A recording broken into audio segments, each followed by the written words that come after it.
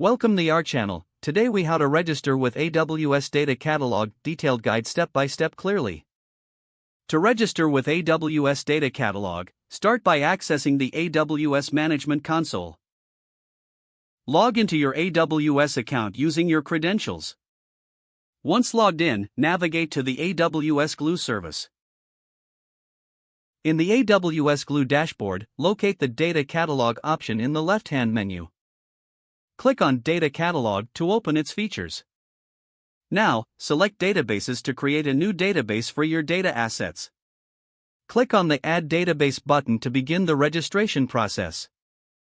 Enter a unique name for your database in the provided field.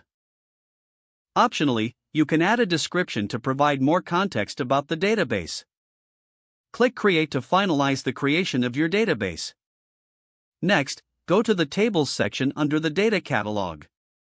Select Add Tables to register a new table within your database. Choose the appropriate method for adding a table, either through a crawler or manually.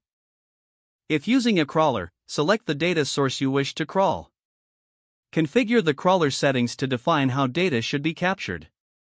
If adding a table manually, input the required metadata, including table name, columns, and data types. After entering all necessary information, click Create or Add Table to save your changes. To verify your registration, return to the Tables section and search for your newly added table. Review the details to ensure everything is correct and complete. Congratulations, you have successfully registered with AWS Data Catalog. If the page does not load, refresh the browser or try again in a private or incognito window. Make sure you are using the correct email address, then retype it carefully to avoid small typos. If your password is not accepted, use the reset option and create a new strong password you can remember.